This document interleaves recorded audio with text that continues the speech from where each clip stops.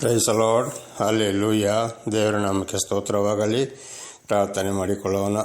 ಸರ್ವ ಸೃಷ್ಟಿಕರ್ತನಾದಂಥ ತಂದೆ, ಮಗ, ಪರಿಶುದ್ಧನಾದಂಥ ತ್ರಿಯೇಕ ದೇವರೇ, ನಿಮ್ಮ ನಾಮಕ್ಕೆ ಸ್ತೋತ್ರವಾಗಲಿ ಸ್ವಾಮಿ. ಈ ದಿವಸವೂ ಕೂಡ, ಈ ಸಮಯವೂ ಕೂಡ ನಿಮ್ಮಿಂದ ನೇಮಕವಾದಂಥ ದಿವಸ ಸಮಯವಾಗಿದೆ. ಅದಕ್ಕಾಗಿ ನಿಮಗೆ ಸ್ತೋತ್ರ. ಹಾಗೂ ಇವತ್ತಿನ ಸಂದೇಶದ ಭಾಗವನ್ನು ಕೂಡ ಆಶೀರ್ವದಿಸಿರಿ. ಇದನ್ನು ಕೇಳುತ್ತಿರುವಂಥ ನನ್ನ ಸಹೋದರ ಸಹೋದರಿಯರು ಕೂಡ ಇದನ್ನು ಚೆನ್ನಾಗಿ ಕೇಳುವಂತೆಯೂ ಆಶೀರ್ವದಿಸಿರಿ. ಯೇಸುವಿನ ನಾಮದಲ್ಲಿ ಪ್ರಾರ್ಥಿಸಿದ್ದೇನೆ, ನಮ್ಮ ತಂದೆಯೇ, ಆಮೇನ್. ಇದನ್ನು ಕೇಳುತ್ತಿರುವಂಥ ನನ್ನ ಸಹೋದರ ಸಹೋದರಿಯರೇ, ನಿಮಗೂ ಕೂಡ ನನ್ನ ನಮಸ್ಕಾರಗಳು. ದೇವರು ನಿಮ್ಮೆಲ್ಲರನ್ನ ಹೇರಳವಾಗಿ ಆಶೀರ್ವದಿಸಿರಿ. ಇವತ್ತಿನ ಸಂದೇಶದ ಭಾಗ ಏನಪ್ಪ ಅಂದರೆ, ನಿನ್ನೆ ಹೇಳಿದ ಹಾಗೆ ಸಾಕ್ಷಿಯ ಭಾಗವು ಸಾಧಾರಣ ಮಟ್ಟಿಗೆ ಮುಗಿಯಿತು. ಇವತ್ತಿನಿಂದ ವಾಕ್ಯದ ಕಡೆಗೆ ಹೋಗುವಂಥದ್ದು. ದೇವರ ನಾಮಕ್ಕೆ ಸ್ತೋತ್ರವಾಗಲಿ. ಅದರಲ್ಲಿ ಮೊಟ್ಟ ಮೊದಲು ಇವತ್ತು ಬಹಳ ಜನರು ನಾವು ದೇವರ ಮಕ್ಕಳು, ಕ್ರೈಸ್ತರು ಅಂತ ಹೇಳಿಕೊಂಡು ಬಹಳ ವಂಚನೆಗೆ ಒಳಗಾಗಿದ್ದಾರೆ. ಆಗ ವಂಚನೆಗಾರರು ಯಾರು, ಅವರ ಕಾರ್ಯಗಳು ಏನು, ಅವರಿಂದ ಹೇಗೆ ನಾವು ತಪ್ಪಿಸಿಕೊಳ್ಬೇಕು, ದೇವರ ಆಶೀರ್ವಾದವನ್ನು ಪಡೆದುಕೊಳ್ಳಬೇಕಾದರೆ, ದೇವರ ಒಂದು ಪ್ರೀತಿ ನಮ್ಮ ಮೇಲೆ ಬರಬೇಕಾದರೆ ಎಂಬುದಾಗಿ ಇವತ್ತಿನಿಂದ ಸ್ವಲ್ಪ ದಿವಸಗಳವರೆಗೆ ನಾವು ಬಹಳಷ್ಟು ವಾಕ್ಯಗಳನ್ನು ಓದಿ ತಿಳಿದುಕೊಳ್ಳಬೇಕಾಗಿದೆ. ಅದಕ್ಕಾಗಿ ದೇವರು ನಮ್ಮೆಲ್ಲರನ್ನು ಆಶೀರ್ವದಿಸಲಿ. ದೇವರ ನಾಮಕ್ಕೆ ಸ್ತೋತ್ರವಾಗಲಿ. ಹಾಗೆ ಇವತ್ತಿನ ಸಂದೇಶದ ಭಾಗ ಏನಪ್ಪ ಅಂದರೆ, ಕೆಲವರನ್ನು ಬೆಂಕಿಯ ಬಾಯಿ ಒಳಗಿಂದ ಎಳೆದು ರಕ್ಷಿಸಿರಿ ಎಂಬುದಾಗಿ. ಕೆಲವರನ್ನು ಬೆಂಕಿಯ ಬಾಯಿಯೊಳಗಿಂದ ಎಳೆದು ರಕ್ಷಿಸಿರಿ, ಭಾಗ 1 ಇವತ್ತು. ಹಾಗೆ ಮೊದಲ ವಚನಕ್ಕೆ ಹೋಗೋಣ. ಯೂದ 1, 22 ಮತ್ತು 23ನೇ ವಚನ. ಯೂದನು 1ನೇ ಅಧ್ಯಾಯ 22 ಮತ್ತು 23ನೇ ವಚನ. ಸಂದೇಹ ಪಡುವ ಕೆಲವರಿಗೆ ಕರುಣೆಯನ್ನು ತೋರಿಸಿರಿ, ಅವರನ್ನು ಬೆಂಕಿಯ ಬಾಯಿಯೊಳಗಿಂದ ಎಳಕೊಂಡು ರಕ್ಷಿಸಿರಿ. ಕೆಲವರನ್ನು ಭಯಯುಕ್ತರಾಗಿ ಕರುಣಿಸಿರಿ, ಹೊಲಸು ನಡತೆಯಿಂದ ಮೈಲಿಗೆಯಾದ ಅವರ ಅಂಗಿಯನ್ನು ಅಸಹಿಸಿರಿ ಎಂಬುದಾಗಿ. ದೇವರ ನಾಮಕ್ಕೆ ಸ್ತೋತ್ರವಾಗಲಿ. ಇಲ್ಲಿ ನೋಡುವಾಗ ಕೆಲವರಿಗೆ ಕರುಣೆಯನ್ನು ತೋರಿಸಿರಿ ಅಂದರೆ, ಕೆಲವರು ಇವತ್ತು ಗೊತ್ತಿಲ್ಲದೆ ನಾನಾ ರೀತಿ ಇವತ್ತು ಈ ಬೆಂಕಿಯ ಬಾಯಿಯೊಳಗೆ ಬಿದ್ದು ಹೋಗಿದ್ದಾರೆ, ಅವರನ್ನು ರಕ್ಷಿಸಿರಿ ಎಂಬುದಾಗಿ. ಕೆಲವರು ತಿಳಿದು ಹೋಗಿದ್ದಾರೆ, ಕೆಲವರು ತಿಳಿಯದೆ ಗೊತ್ತಿಲ್ಲದೆ ಹೋಗಿ ಬೆಂಕಿಯ ಬಾಯಿಯೊಳಗೆ ಸಿಕ್ಕಿ ಹಾಕ್ಕೊಂಡಿದ್ದಾರೆ. ಅವರ ಮೇಲೆ ಕರುಣೆಯನ್ನು ತೋರಿಸಿ ಅಂದರೆ ಅವರನ್ನು ಬೆಂಕಿಯ ಬಾಯಿಯೊಳಗಿಂದ ರಕ್ಷಿಸಿರಿ ಎಂಬುದಾಗಿ. ದೇವರ ನಾಮಕ್ಕೆ ಸ್ತೋತ್ರವಾಗಲಿ. ಹಲ್ಲೆಲೂಯಾ. ಆವಾಗ ಈ ಬೆಂಕಿ ಯಾರು ಎಂಬುದಾಗಿ ಮುಂದೆ ನೋಡಿಕೊಳ್ಳೋಣ. ಕೆಲವರನ್ನು ಭಯಭಕ್ತರಾಗಿ ಕರುಣಿಸಿರಿ ಎಂಬುದಾಗಿ. ಹಾಗೆ ಬೆಂಕಿಯ ಬಾಯಿಯೊಳಗಿಂದ ಎಳೆದು ರಕ್ಷಿಸಿರಿ, ಅವರ ಮೇಲೆ ಕರುಣೆ ತೋರಿ ಎಂಬುದಾಗಿ ಯೂದನು ಬಹಳ ಎಚ್ಚರವಾಗಿ ನಮ್ಮನ್ನು ಎಚ್ಚರಿಸಿದ್ದಾನೆ. ದೇವರ ನಾಮಕ್ಕೆ ಸ್ತೋತ್ರವಾಗಲಿ. ಹಾಗೆ ಈ ಬೆಂಕಿಯವರು ಹೊಲಸು ನಡತೆಯುಳ್ಳವರಾಗಿದ್ದಾರೆ, ಅವರ ಬಟ್ಟೆಯನ್ನು ಕೂಡ ಮುಟ್ಟಬೇಡಿರಿ ಎಂಬುದಾಗಿ. ಆವಾಗ ಇಲ್ಲಿ ಮುಖ್ಯವಾಗಿ ನಾವು ನೋಡುವಾಗ ಈ ಬೆಂಕಿ ಯಾರು, ಇದು ಬಹಳ ಮುಖ್ಯವಾದ ವಿಷಯಗಳು ನಂಬರು. ಹಾಗೆ ಮುಂದಿನ ವಚನಕ್ಕೆ ಹೋಗೋಣ. ದೇವರ ನಾಮಕ್ಕೆ ಸ್ತೋತ್ರವಾಗಲಿ. ಹಲ್ಲೆಲೂಯಾ. ಹಾಗಾದರೆ ಈ ಬೆಂಕಿ ಯಾರು ಎಂಬುದಾಗಿ ಇಲ್ಲಿ ನಾವು ಮೊದಲಾಗಿ ನೋಡಿಕೊಳ್ಳಬೇಕಾಗಿದೆ. ಇದರಲ್ಲಿ 2 ವಿಷಯದಲ್ಲಿ, 1ನೇ ವಿಷಯ ಬೆಂಕಿ ಯಾರು. 1 ತಿಮೋತಿ 4ನೇ ಅಧ್ಯಾಯ 1ನೇ ವಚನ. 1 ತಿಮೋತಿ 4:1. ಆದರೂ ಮುಂದನ ಯುಗದಲ್ಲಿ ಕೆಲವರು ವಂಚಿಸುವ ಆತ್ಮಗಳ ನುಡಿಗಳಿಗೂ ದೆವ್ವಗಳ ಬೋಧನೆಗಳಿಗೂ ಲಕ್ಷ್ಯ ಕೊಟ್ಟು ಕ್ರಿಸ್ತ ನಂಬಿಕೆಯಿಂದ ಭ್ರಷ್ಟರಾಗುವರೆಂದು ದೇವರ ಆತ್ಮನು ಸ್ಪಷ್ಟವಾಗಿ ಹೇಳುತ್ತಾನೆ. ದೇವರ ನಾಮಕ್ಕೆ ಸ್ತೋತ್ರವಾಗಲಿ. ಹಲ್ಲೆಲೂಯಾ. ಆದರೆ ಮುಂದಿನ ಯುಗಗಳಲ್ಲಿ ಕೆಲವರು ಅಂದರೆ ಗೊತ್ತಿಲ್ಲದವರು ವಂಚಿಸುವ ಆತ್ಮಗಳ ನುಡಿಗಳು ದೆವ್ವಗಳ ಬೋಧನೆಗೂ ಲಕ್ಷ್ಯ ಕೊಟ್ಟು, ಹಾಗೆ ಇವರು ಯಾರಾಗಿದ್ದಾರೆ, ದೇವರ ವಾಕ್ಯವನ್ನು ತಪ್ಪು ಬೋಧನೆ ಮಾಡಿ ಹಣಕ್ಕಾಗಿ, ಆಸ್ತಿ ಬೆಳ್ಳಿ ಬಂಗಾರಕ್ಕಾಗಿ, ಅವರ ಒಂದು ಜೀವನಕ್ಕಾಗಿ ವಾಕ್ಯಗಳನ್ನು ಸುಳ್ಳು ಮಾಡಿ ಅವರ ಕಡೆಗೆ ಒಲಿಸಿಕೊಂಡು ದೇವರ ವಾಕ್ಯವನ್ನು ಸುಳ್ಳು ಮಾಡಿ ಜನರನ್ನು ವಂಚಿಸುವವರಾಗಿದ್ದಾರೆ. ಅವರೊಂದು ಜೀವನಕ್ಕೆ ಇವರೇ ಸುಳ್ಳು ಬೋಧಕರು ಮತ್ತು ಪ್ರವಾದಿಗಳಾಗಿದ್ದಾರೆ. ಇಂಥವರ ಮಾತು ಕೆಲವರು ಗೊತ್ತಿಲ್ಲದೆ ನಿಜ ಅಂತೇಳಿ ನಂಬಿ ಅವರ ಕಡೆಗೆ ಒಪ್ಪಿಕೊಂಡು ಅವರನ್ನೇ ನಂಬಿಕೊಂಡು ದೇವರಿಂದ ದೂರ ಹೋಗುವವರಾಗಿದ್ದಾರೆ. ಅದಕ್ಕೆ ಹೇಳಿದ್ದು, ಕ್ರಿಸ್ತ ನಂಬಿಕೆಯಿಂದ ಭ್ರಷ್ಟರಾಗುವರೆಂದು ದೇವರ ಆತ್ಮನು ಸ್ಪಷ್ಟವಾಗಿ ಹೇಳುತ್ತಾನೆ. ದೇವರ ನಾಮಕ್ಕೆ ಸ್ತೋತ್ರವಾಗಲಿ. ಹಾಗೆ ಇವು ನೋಡುವಾಗ ಸುಳ್ಳು ಪ್ರವಾದಿಗಳು ಮತ್ತು ಸುಳ್ಳು ಬೋಧಕರುಗಳು ಇವರೇ ಬೆಂಕಿಯಾಗಿದ್ದಾರೆ. ಮುಂದಿನ ವಚನಗಳಿಗೆ ಹೋಗೋಣ. 2 ತಿಮೋತಿ 4:1-5. 2 ತಿಮೋತಿ 4:1-5. ದೇವರ ಮುಂದೆ ಮತ್ತು ಜೀವಿಸುವವರಿಗೂ ಸತ್ತವರಿಗೂ ನ್ಯಾಯ ತೀರಿಸುವುದಕ್ಕೆ ಬರುವ ಕ್ರಿಸ್ತ ಯೇಸುವಿನ ಮುಂದೆ ಆತನ ಪ್ರತ್ಯಕ್ಷತೆಯ ಮೇಲೆಯೂ ಆತನ ರಾಜ್ಯದ ಮೇಲೆಯೂ ಆಣೆಯಿಟ್ಟು ನಾನು ನಿಮಗೆ ಖಂಡಿತವಾಗಿ ಹೇಳುವುದೇನೆಂದರೆ, ಅಂದರೆ ಅಪೊಸ್ತಲನಾದ ಪೌಲನು ಇಲ್ಲಿ ತಿಮೋತಿಯನಿಗೆ ಬರೆದ ಪತ್ರದಲ್ಲಿ ಆಣೆಯಿಟ್ಟು ಹೇಳ್ತಾ ಇದ್ದಾನೆ. ಅಂದರೆ ಈ ಸುಳ್ಳು ಬೋಧಕರು ಪ್ರವಾದಿಗಳು ಅಂತಹ ಒಂದು ಕಠಿಣ ಮನುಷ್ಯರಾಗಿ ಜನಗಳನ್ನ ಮೋಸ ಮಾಡ್ತಾ ಇದ್ದಾರೆ. ಅದಕ್ಕೆ ಪೌಲನು ಮಾತಿಗೆ ನಂಬುವುದಕ್ಕೋಸ್ಕರ ಆಣೆಯಿಟ್ಟು ಹೇಳ್ತಾ ಇದ್ದಾನೆ. ಆಣೆಯಿಟ್ಟು ನಾನು ನಿನಗೆ ಹೇಳುವುದೇನೆಂದರೆ, ದೇವರ ವಾಕ್ಯವನ್ನು ಸಾರು, ಅನುಕೂಲವಾದ ಕಾಲದಲ್ಲಿಯೂ ಅನುಕೂಲವಿಲ್ಲದ ಕಾಲದಲ್ಲಿಯೂ ಅದರಲ್ಲಿ ಆಸಕ್ತನಾಗಿರು. ಪೂರ್ಣ ದೀರ್ಘ ಶಾಂತಿಯಿಂದ ಉಪದೇಶಿಸುತ್ತಾ ಖಂಡಿಸು, ಗದರಿಸು, ಎಚ್ಚರಿಸು. ಯಾಕೆಂದರೆ ಜನರು ಸ್ವಸ್ಥ ಬೋಧನೆಯನ್ನು ಸಹಿಸಲಾರದ ಕಾಲವು ಬರುತ್ತದೆ. ಅದರಲ್ಲಿ ಅವರು ತೀಟೆ ಕಿವಿಗಳುಳ್ಳವರಾಗಿ ತಮ್ಮ ದುರಾಶೆಗಳಿಗೆ ಅನುಕೂಲರಾದ ಅನೇಕ ಉಪದೇಶಕರನ್ನು ಇಟ್ಟುಕೊಳ್ಳುವರು. ಅವರು ಸತ್ಯ ಬೋಧನೆಗೆ ಕಿವಿಗೊಡದೆ ಕಲ್ಪನಾ ಕಥೆಗಳನ್ನು ಕೇಳುವುದಕ್ಕೆ ಹೋಗುವರು. ಆದರೆ ನೀನು ಎಲ್ಲ ವಿಷಯಗಳಲ್ಲಿ ಸ್ವಸ್ಥನಾಗಿರುವ ಶ್ರಮೆಯನ್ನು ತಾಳಿಕೋ, ಸವಾರ್ಥಿಕನ ಕೆಲಸವನ್ನು ಮಾಡು, ನಿನಗೆ ನೇಮಿಸಿರುವ ಸೇವೆಯನ್ನು ಲೋಪವಿಲ್ಲದೆ ನಡೆಸು ಎಂಬುದಾಗಿ ದೇವರ ನಾಮಕ್ಕೆ ಸ್ತೋತ್ರವಾಗಲಿ. ಅನೇಕ ಸುಳ್ಳು ಬೋಧಕರು ಪ್ರವಾದಿಗಳು ಅನೇಕ ಉಪದೇಶಗಳಿಂದ, ಅಂದರೆ ಇವರು ನನ್ನ ಶಿಷ್ಯ, ನನ್ನ ಅಸಿಸ್ಟೆಂಟ್ ಪಾಸ್ಟರ್ ಅಂತೇಳಿ ಹೇಳ್ಕೊಂಡು ಇಟ್ಕೊಳ್ತಾರಂತೆ. ಅವರು ಏನು ಮಾಡ್ತಾರೆ, ಇಲ್ಲದಂಥ ಉಪದೇಶಗಳನ್ನು ಮಾಡಿ ಅವರ ಸ್ವಂತ ಜೀವನಕ್ಕಾಗಿ ಜನಗಳನ್ನು ಬಹಳ ಅವರು ಮೋಸಗೊಳಿಸ್ತಾರೆ. ಅಂಥವ್ರನ್ನ ಖಂಡಿಸು, ಗದರಿಸು, ಎಚ್ಚರಿಸು. ಯಾಕೆಂದರೆ ಸ್ವಸ್ಥ ಬೋಧನೆಯನ್ನು ಅವರು ಸಹಿಸಿಕೊಳ್ಳೋದಿಲ್ಲ. ಅದರಿಂದ ಸುಳ್ಳಾಗಿ ಹೇಳಿ ಜನರನ್ನು ವಂಚನೆ ಮಾಡ್ತಾ ಇದ್ದಾರೆ. ಆದುದರಿಂದ ನೀನು ಮಾತ್ರ ಸರಿಯಾಗಿ ನಿನ್ನ ಸೇವೆಯನ್ನು ನಡೆಸು ಎಂಬುದಾಗಿ ಅಪೊಸ್ತಲನಾದ ಪೌಲನು ತಿಮೋತಿಯನಿಗೆ ಬರೆದ ಪತ್ರ 2ರಲ್ಲಿ 4ನೇ ಅಧ್ಯಾಯ 1-5 ಓದಿದಂಥ ವಿಷಯ ಅದುವೇ ಆಗಿದೆ. ನನ್ನ ಸಹೋದರ ಸಹೋದರಿಯರೇ, ಅದುವೇ ಇವತ್ತು ಇವತ್ತು ಅದರಲ್ಲಿ ವಿಶೇಷವಾಗಿ ಇದನ್ನು ಕೇಳುತ್ತಿರುವಂಥ ಅವರನ್ನು ಈ ಸುಳ್ಳು ಬೋಧಕರುಗಳಿಂದ ಮತ್ತು ಪ್ರವಾದಿಗಳಿಂದ ತಪ್ಪಿಸುವುದೇ ಆಗಿದೆ. ನನ್ನ ಕೆಲಸ ದೇವರ ನಾಮದಲ್ಲಿ ದೇವರು ಅದಕ್ಕೆ ನನ್ನನ್ನು ಆಶೀರ್ವದಿಸ್ತಾ ಇದ್ದಾರೆ ಎಂಬುದಾಗಿ ನಂಬುತ್ತೇನೆ. ದೇವರ ನಾಮಕ್ಕೆ ಸ್ತೋತ್ರವಾಗಲಿ. ಹಲ್ಲೆಲೂಯಾ. ಹಾಗೆ ಮುಂದಿನ ವಚನಗಳಿಗೆ ಹೋಗೋಣ ನಾವು. ದೇವರ ನಾಮಕ್ಕೆ ಸ್ತೋತ್ರವಾಗಲಿ. ಹಲ್ಲೆಲೂಯಾ. 2 ಕೊರಿಂಥ 11ನೇ ಅಧ್ಯಾಯ 13-15. 2 ಕೊರಿಂಥ 11ನೇ ಅಧ್ಯಾಯ 13-15. ಆದರೆ ಅಂಥವರು ಸುಳ್ಳು ಅಪೊಸ್ತಲರು, ಮೋಸಗಾರರಾದ ಕೆಲಸದವರು, ಕ್ರಿಸ್ತನ ಅಪೊಸ್ತಲರಾಗಿ ಕಾಣಿಸುವುದಕ್ಕೆ ವೇಷ ಹಾಕಿಕೊಳ್ಳುವವರು ಆಗಿದ್ದಾರೆ. ಇದೇನು ಆಶ್ಚರ್ಯವಲ್ಲ. ಸೈತಾನನು ತಾನೇ ಪ್ರಕಾಶ ರೂಪವುಳ್ಳ ದೇವದೂತನ ವೇಷವನ್ನು ಹಾಕಿಕೊಳ್ಳುವಾಗ ಅವನ ಸೇವಕರು ಸಹ ನೀತಿಗೆ ಸೇವಕರಾಗಿ ಕಾಣಿಸುವುದಕ್ಕೆ ವೇಷ ಹಾಕಿಕೊಳ್ಳುವುದು ದೊಡ್ಡದಲ್ಲ. ಅವರ ಅಂತ್ಯಾವಸ್ಥೆಯು ಅವರ ಕೃತ್ಯಗಳಿಗೆ ತಕ್ಕ ಹಾಗೆ ಆಗುವುದು. ಆದರೆ ಯಾರು ಈ ಸುಳ್ಳು ಬೋಧಕರು ಪ್ರವಾದಿಗಳಂದರೆ, ನಾನಾ ಥರದಲ್ಲಿ ಸ್ಟೈಲ್ ಮಾಡಿಕೊಂಡು ಬರ್ತಾರೆ, ವೇಷ ಹಾಕ್ಕೊಂಡು ಬರ್ತಾರೆ, ತನ್ನನ್ನು ತಾನೇ ತಗ್ಗಿಸಿಕೊಳ್ಳುವಂಥವರು ಅಲ್ಲ.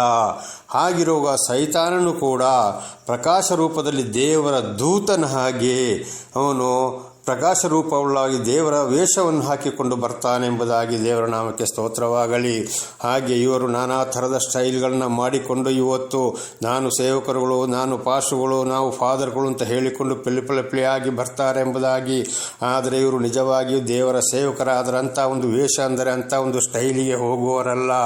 ಇವತ್ತು ಉದಾಹರಣೆಗೆ ದೇವರ ಒಂದು ಬೋಧನೆಗೆ ಅಂತೇಳಿ ಆಲಯಕ್ಕೆ ಬರುವಾಗ ಒಂದು ಬಟ್ಟೆ, ಅಲ್ಲಿಂದ ಇನ್ನೊಂದು ಕಡೆ ಏನಾದರೂ ಒಂದು ಫಂಕ್ಷನ್ ಇದೆ ಅಂತ ಹೋಗುವ ಅಲ್ಲಿ ಒಂದು ಬಟ್ಟೆ, ದೇವರ ಆಲಯಕ್ಕೆ ಬರುವಾಗ ಬಿಳಿಯಾದ ಬಟ್ಟೆ, ನಾವು ಅತಿ ಪರಿಶುದ್ಧರು ಅಂತ ಹೇಳ್ಕೊಂಡು ಬರ್ತಾರೆ. ಅಲ್ಲಿಂದ ಉದಾಹರಣೆಗೆ ಬೇರೊಂದು ಮದುವೆಗೆ ಹೋಗೋದಾದರೆ ಕಪ್ಪು ಪ್ಯಾಂಟು, ಒಳಗಡೆ ಬಿಳಿ ಶರ್ಟು, ಆಮೇಲೆ ಒಂದು ಟೈ, ಆಮೇಲೆ ಅದರ ಮೇಲೆ ಒಂದು ಕೋಟು ಹಾಕ್ಕೊಂಡು ಸ್ಟೈಲ್ ಮಾಡಿಕೊಂಡು ಹೋಗೋರಾಗಿದ್ದಾರೆ. ಇದರಲ್ಲಿ ಪೌಲನು ಹೇಳ್ತು, ಈ ವಚನದ ಪ್ರಕಾರ ಇವರೆಲ್ಲರೂ ಸೈತಾನ್ನ ಸೇವಕರಾಗಿದ್ದಾರೆ, ಹೊರತು ನಿಜವಾಗಿಯೂ ದೇವರ ಸೇವಕರಲ್ಲ. ಆದುದರಿಂದ ಇವರು ಏನು ಮಾಡ್ತಾರೆ, ನಾವು ಅಪೊಸ್ತಲರು, ನಾವು ಇಂಥವರು, ನಾವು ಅಂಥವ್ರಂತ ಕಾಣಿಸಿಕೊಳ್ಳುವುದಕ್ಕೆ ಬಹಳ ಆಡಂಬರವಾಗಿ ಬರ್ತಾರೆ. ಇವರು ತನ್ನನ್ನು ತಾನೇ ತಗ್ಗಿಸಿಕೊಳ್ಳುವ ಹಾಗೆ ಇಲ್ಲ.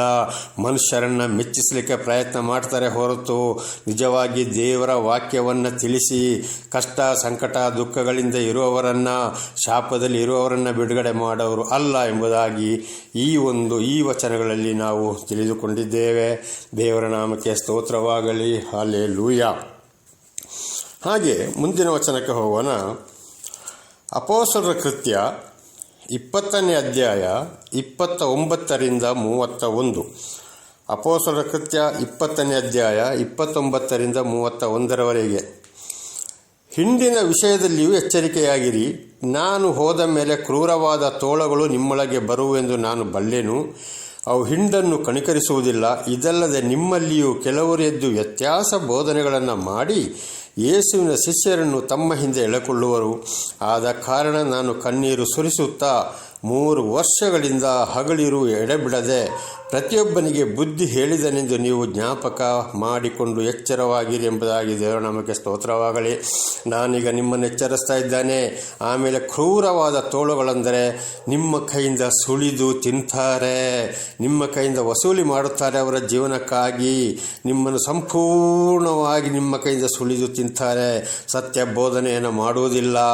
ನಿಮ್ಮಿಂದಾಗಿ ಅವರು ಜೀವನ ಮಾಡ್ತಾರೆ ಎಂಬುದಾಗಿ ಇವರನ್ನು ಕ್ರೂರವಾದ ತೋಳಗಳು ಅಂದರೆ ತೋಳಗಳಂದರೆ ಸರ್ವವನ್ನು ಮನುಷ್ಯರನ್ನು ಕೂಡ ತಗೊಂಡು ಹೋಗಿ ತಿನ್ನೋ ಒಂದು ಪ್ರಾಣಿಯಾಗಿದೆ ಈ ತೋಳ. ಅದೇ ರೀತಿ ಇವರು ಕೂಡ ಇಲ್ಲದ ಬೋಧನೆಯನ್ನು ಮಾಡಿ ಸುಳ್ಳು ಹೇಳಿ ಜನರನ್ನು ವಂಚಿಸಿ ನಾನಾ ಥರದ ಸ್ಟೈಲ್ ಬಟ್ಟೆಗಳನ್ನು ಹಾಕಿಕೊಂಡು ಅಲಂಕಾರ ಮಾಡಿಕೊಂಡು ನಾವು ಇಂಥವರು ತೇಳಿ ತೋರಿಸಿಕೊಂಡು ನಿಮ್ಮನ್ನು ಸುಳಿಯವರಾಗಿದ್ದಾರೆ. ಅವರ ಜೀವನಕ್ಕೆ ಸತ್ಯ ಸುವಾರ್ತೆ ಸತ್ಯ ಮಾತು ಇವರ ಬಾಯಲ್ಲಿ ಬರುವುದಿಲ್ಲ ಎಂಬುದಾಗಿ ದೇವರ ನಾಮಕ್ಕೆ ಸ್ತೋತ್ರವಾಗಲಿ. ಇವರೇ ಆಗಿದ್ದಾರೆ ಬೆಂಕಿ, ಇವರೇ ಸುಳ್ಳು ಬೋಧಕರು ಪ್ರವಾದಿಗಳೆಂಬುದಾಗಿ ದೇವರ ನಾಮಕ್ಕೆ ಸ್ತೋತ್ರವಾಗಲಿ. ಹಲ್ಲೆಲೂಯಾ. ಹಾಗೆ ಮುಂದಿನ ವಚನಕ್ಕೆ ಹೋಗೋಣ. ಅಪೊಸ್ತಲರ ಕೃತ್ಯ 17ನೇ ಅಧ್ಯಾಯ 11ನೇ ವಚನ. ಅಪೊಸ್ತಲರ ಕೃತ್ಯ 17ನೇ ಅಧ್ಯಾಯ 11ನೇ ವಚನ. ಆ ಸಭೆಯರು ಥೆಸಲೋನಿಕದವರಿಗಿಂತ ಸದ್ಗುಣ ಉಳ್ಳವರಾಗಿದ್ದು ದೇವರ ವಾಕ್ಯವನ್ನು ಶುದ್ಧ ಮನಸ್ಸಿನಿಂದ ಅಂಗೀಕರಿಸಿ ಇವರು ಹೇಳುವ ಮಾತು ಹೌದೋ ಏನೋ ಎಂಬ ವಿಷಯದಲ್ಲಿ ಪ್ರತಿದಿನವೂ ಶಾಸ್ತ್ರ ಗ್ರಂಥಗಳನ್ನು ಶೋಧಿಸುತ್ತಿದ್ದರು. ಹಲ್ಲೆಲೂಯಾ. ಇಲ್ಲಿ ನೋಡುವಾಗ ಈ ಥೆಸಲೋನಿಕದ ಸಭೆಯವರಿಗಿಂತಲೂ ಸದ್ಗುಣ ಉಳ್ಳವರಾಗಿದ್ದು ಅಂದರೆ ಕೊರಿಂಥ ಸಭೆಯವರು ಬೋಧಕರು ಬೋಧಿಸಿದಂಥ ವಾಕ್ಯಗಳನ್ನು ಇದು ಸರಿಯಾ ತಪ್ಪೋ ಎಂಬುದಾಗಿ ಪ್ರತಿನಿತ್ಯವೂ ಕೇಳಿ ಅದನ್ನು ಪರಿಶೋಧಿಸ್ತಾ ಇದ್ದರು, ಪರೀಕ್ಷೆ ಮಾಡ್ತಾ ಇದ್ದರು. ಇದು ನಿಜನಾ ಸುಳ್ಳ ಎಷ್ಟರ ಮಟ್ಟಿಗೆ ಎಂಬುದಾಗಿ ಅವರು ಬಹಳ ಬುದ್ಧಿವಂತರಾಗಿದ್ದರು ಎಂಬುದಾಗಿ ನಾವು ನಂಬಬೇಕಾಗಿದೆ. ದೇವರ ನಾಮಕ್ಕೆ ಸ್ತೋತ್ರವಾಗಲಿ. ಹಾಗೆ ಇವತ್ತು ನನ್ನ ಸಹೋದರ ಸಹೋದರಿಯರೇ, ಯಾರೇ ಆಗಲಿ, ಉದಾಹರಣೆಗೆ ಈಗ ನನ್ನ ಮೂಲಕ ದೇವರು ನಿಮಗೆ ತಿಳಿಸುವ ವಾಕ್ಯಗಳನ್ನು ಕೂಡ ಪ್ರತಿ ದಿವಸ ನೀವು ಸತ್ಯವೇದವನ್ನು ಇಟ್ಟುಕೊಂಡು ಅಥವಾ ನೀವು ಯಾವಾಗ ಈ ಒಂದು ಸಂದೇಶವನ್ನು ಕೇಳ್ತೀರೋ ಆಗ ಸತ್ಯವೇದವನ್ನು ಇಟ್ಟುಕೊಂಡು ಒಂದು ಪೇಪರೋ ಅಥವಾ ಒಂದು ನೋಟ್ ಬುಕ್ಕೋ ಒಂದು ಪೆನ್ ಇಟ್ಟುಕೊಂಡು ಅಲ್ಲಿ ಫಸ್ಟ್ ಸಂದೇಶವನ್ನು ಕೇಳುವಾಗ ಬರ್ಕೊಂಡು ಆಮೇಲೆ ವಾಕ್ಯವನ್ನು ಪರಿಶೋಧನೆ ಮಾಡೋರಾಗಿರಬೇಕು. ಪ್ರತಿಯೊಬ್ಬರನ್ನು ನೀವು ಪರೀಕ್ಷೆ ಮಾಡೋರಾಗಿರಬೇಕು. ಹಾಗಿರುವಾಗ ಮಾತ್ರ ಈ ಬೆಂಕಿಯ ಬಾಯೊಳಗಿಂದ ನಿಮಗೆ ಹೊರಬರಲು ಸಾಧ್ಯ.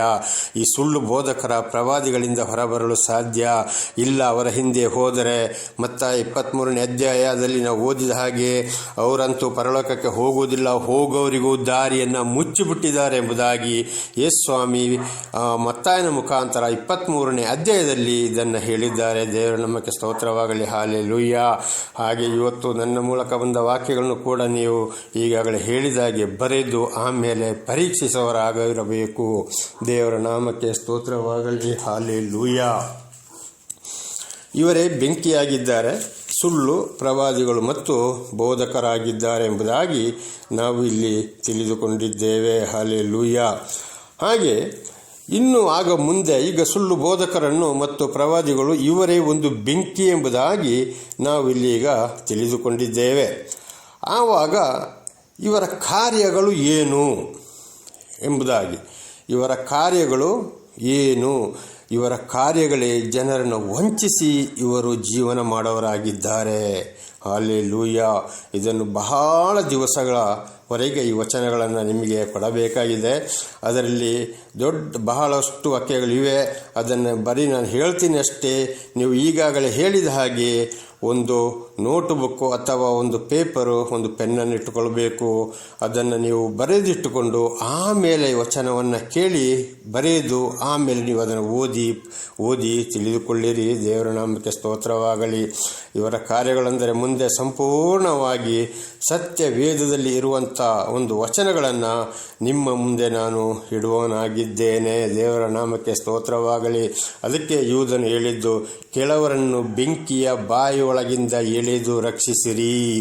ಇದನ್ನು ಮುಂದೆ ಹೇಳಬೇಕಾದ್ರೆ ನನ್ನ ಸಹೋದರ ಸಹೋದರಿಯರೇ, ನನ್ನ ಈ 28 ವರ್ಷದಲ್ಲಿ ಅನೇಕರು ಇವರು ಹೇಳಿದ್ದು ಸರಿ ಮಾಡಿದ್ದು ಸರಿ ಎಂಬುದಾಗಿ ತಿಳಿತಾ ಇದ್ದೆ. ಆಮೇಲೆ ದೇವರು ನನಗೆ ಸಂಪೂರ್ಣವಾಗಿ ಸತ್ಯವೇದವನ್ನು ಮತ್ತು ಪವಿತ್ರ ಗ್ರಂಥ ಕನ್ನಡ ಬೈಬಲನ್ನು ಓದುವ ಹಾಗೆ ಒಂದು ಪ್ರೇರೇಪಣೆಯನ್ನು ಕೊಟ್ಟರು. 8 ಸಲ ಇದನ್ನು ಓದುವ ಹಾಗೆ ದೇವರ ಆಶೀರ್ವಾದ ಮಾಡಿದ್ದರು. ಹಾಗೆ ಓದುತ್ತಾ ಒಂದೊಂದು ತಿಳಿತಾ ಇರುವಾಗ ಇಲ್ಲಿ ಸತ್ಯವನ್ನು ತಿಳಿಸುವವರು ಬಹಳ ಕಡಿಮೆ. ಇವರ ಸ್ವಂತ ಜೀವನಕ್ಕಾಗಿ ವೇಷ ಹಾಕೊಳ್ಳೋರಾಗಿದ್ದಾರೆ, ಸುಳ್ಳು ಹೇಳೋರಾಗಿದ್ದಾರೆ. ಯಾರು ಜಾಸ್ತಿ ಹಣ ಕೊಡ್ತಾರೋ ಅವರನ್ನೇ ಪ್ರೀತಿ ಮಾಡೋರಾಗಿದ್ದಾರೆ, ಅವರಲ್ಲಿಗೆ ಹೋಗೋರಾಗಿದ್ದಾರೆ. ಬಡವರಂತೂ ಬೇಡವೇ ಬೇಡ. ಸ್ವಲ್ಪ ಹಣ ಕೊಟ್ಟವರ ಮೇಲೆ ಪ್ರೀತಿ ಕೂಡ ಇಲ್ಲ. ಜಾಸ್ತಿ ಹಣ ಕೊಟ್ಟವರ ಮೇಲೆ ಇವರು ತಲೆ ಮೇಲೆ ಕೈ ಇಟ್ಟು ಪ್ರಾರ್ಥನೆ ಮಾಡೋರಾಗಿದ್ದಾರೆ. ಬಡವರಿಗೆ ನಾವು ಪ್ರಾರ್ಥನೆ ಮಾಡ್ತೇವೆ, ದೇವರಿದ್ದಾನೆ, ದೇವರ ಮೇಲೆ ನಂಬಿಕೆ ಇಡಿ, ನೀವು ಹೋಗಿ ಅಂತ ಹೇಳಿ ಕಳಿಸೋರಾಗಿದ್ದಾರೆ. ಇವರೇ ಸುಳ್ಳು ಬೋಧಕರು, ಪ್ರವಾದಿಗಳು. ಆಗಲೇ ಹೇಳಿದಾಗೆ ನಾನಾ ಥರದ ಬಟ್ಟೆಗಳು, ನಾನಾ ಥರದ ಆಡಂಬರಗಳು, ದೊಡ್ಡ ದೊಡ್ಡ ವಾಹನಗಳು, ಇದುವೇ ಹೊರತು ಖಂಡಿತವಾಗಿಯೂ ದೇವರು ಮತ್ತು ದೇವರು ಆರಿಸಿಕೊಂಡ ಪ್ರವಾದಿಗಳ ಸಾಕ್ಷಿಗಳ ಜೀವನ ಇವರಲ್ಲಿ ಇಲ್ಲ. ಹಲ್ಲೆಲೂಯಾ. ಹಾಗೆ ಮೊಟ್ಟ ಮೊದಲ ಈ ಸಂದೇಶವನ್ನು ತಿಳಿಸಲು ದೇವರು ಆಶೀರ್ವದಿಸಿದ್ದಕ್ಕಾಗಿ ದೇವರ ನಾಮಕ್ಕೆ ಸ್ತೋತ್ರ. ನಾಳೆಯಿಂದ ಸಂಪೂರ್ಣವಾಗಿ ಇವರ ಕಾರ್ಯಗಳು ಏನೆಂಬುದಾಗಿ ನಾನು ದೇವರ ನಾಮದಲ್ಲಿ ನಿಮಗೆ ತಿಳಿಸುವನಾಗಿದ್ದೇನೆ. ಪ್ರಾರ್ಥನೆ ಮಾಡಿಕೊಳ್ಳೋಣ.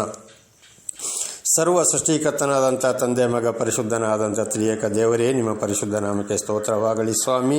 ಈ ಒಂದು ಸಂದೇಶವನ್ನು ನನ್ನ ಸಹೋದರ ಸಹೋದರಿಯರಿಗೆ ತಿಳಿಸಲು ನೀವು ಆಶೀರ್ವಾದ ಮಾಡಿದ್ದೀರಿ. ಅದಕ್ಕಾಗಿ ನಿಮಗೆ ಸ್ತುತಿ ಸ್ತೋತ್ರ.